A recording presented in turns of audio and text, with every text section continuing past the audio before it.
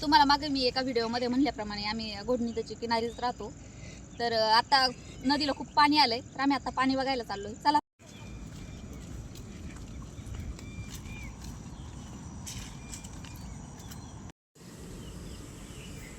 आम्ही लहान होतो तेव्हा म्हणजे 2007-8 साली नदीला असंच एकदा खूप जास्त पूर आला होता, खूप जास्त पाणी आलं होतं आणि आमच्या शेतात सुद्धा पाणी घुसलं होतं. आमचं घर आम्ही आत्ता राहतो त्याच्यापेक्षा वेगळ्या जागेवरती होतं, थोडंसं खाली जागेवरती होतं. तर घराच्या पायऱ्यांजवळ पाणी आलं होतं एकदम आणि शेतात पण सगळं पाणी घुसलं होतं, रस्त्याला पाणी होतं. त्याच्यात खूप सारे लाकडं झाडं वाहून आले.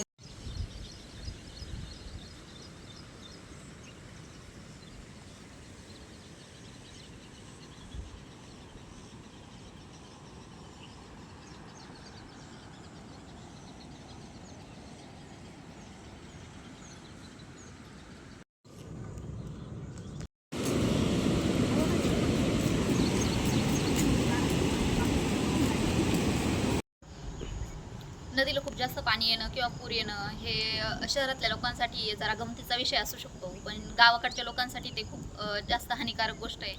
कारण शेतात खूप सारे माल असतात, त्यांनी शेतात कष्ट केलेले असतात, तर सगळे मालामध्ये पाणी घुसतं, माल चढून जातात किंवा मग गुरांसाठी ज्यांनी खायला केलेलं असतं ते गुरांना खायला घालता येत नाही.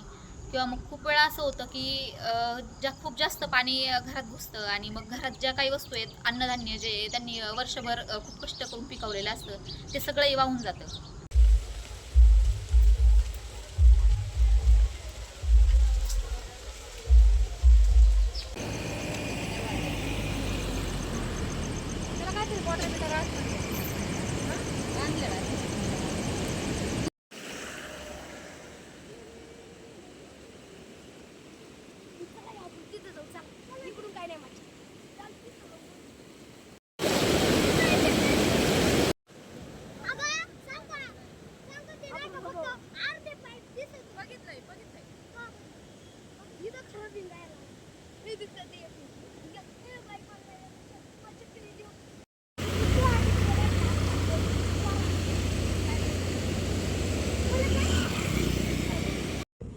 आत्ताही आमच्या शेतात पाणी घुसलंय आणि आम्ही जे गायांसाठी खायला केलं होतं कडवळ, तर त्याच्यात सुद्धा पाणी घुसलंय आणि मिरच्यांमध्ये आता पाणी यायला लागलंय आमच्या.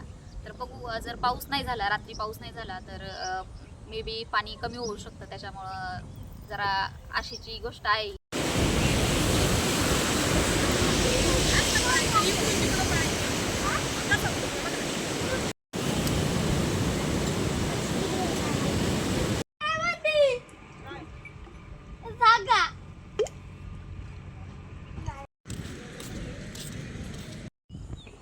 मागच्या वेळी मी तुम्हाला एक व्हिडिओ शेअर केला होता, तर त्याच्यात मी तुम्हाला दाखवलं होतं नदीला अजिबात पाणी नाही आहे, खूप जास्त नदी कोरडी पडली आहे.